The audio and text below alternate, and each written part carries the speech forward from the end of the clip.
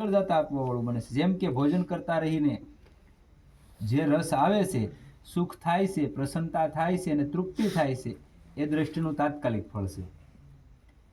અને ભોજનના પરિણામમાં આયુષ્ય, બળ, આરોગ્ય વગેરેનું વધવું અને દ્રષ્ટિનું કાળાંતરિક ફળ છે।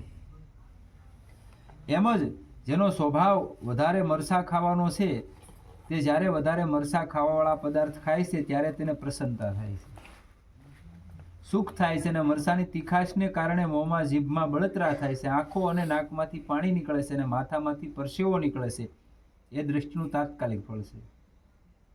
અને કુપચ્છને કારણે પરિણામમાં પેટમાં બળતરા અને રોગ, દુઃખ વગેરેનું થવું, એ દ્રષ્ટિનું કાળાંતરિક ફળ છે।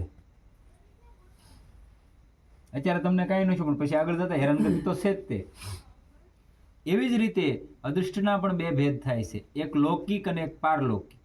હવે જીવતે જીવત જ ફળ મળી જાય એવા ભાવથી યજ્ઞ, દાન, તપ, તીર્થ, વ્રત, મંત્ર જપ વગેરે શુભ કર્મોની વિધિ વિધાનથી કરવામાં આવે અને તેના કોઈ પ્રબળ પ્રતિબંધ ન હોય, કોઈ પ્રબળ પ્રતિબંધ ન હોવો જોઈએ તમારી આગળ, તો અહીંયા જ પુત્ર, ધન, યશ, પ્રતિષ્ઠા વગેરે અનુકૂળ પ્રાપ્તિ થવી અને રોગ, નિર્ધનતા વગેરે પ્રતિકૂળની નિવૃત્તિ થવી, એ અદૃષ્ટનું લૌકિક ફળ છે।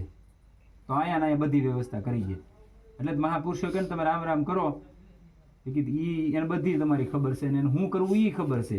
તમે પરમગતિ ચાહતા હશો તો તમને કાંઈ નહીં આપે, આ પહેલી વાત।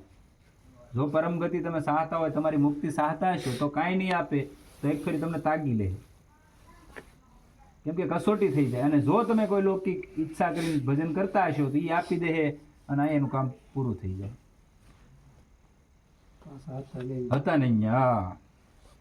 અને મર્યા પછી સ્વર્ગ વગેરેની પ્રાપ્તિ થઈ જાય એવા ભાવથી યથાર્થ વિધિ વિધાન અને શ્રદ્ધાપૂર્વક જે યજ્ઞદાન, તપ વગેરે શુભ કર્મ કરવામાં આવે તો મર્યા પછી સ્વર્ગ વગેરે લોકોની પ્રાપ્તિ થવી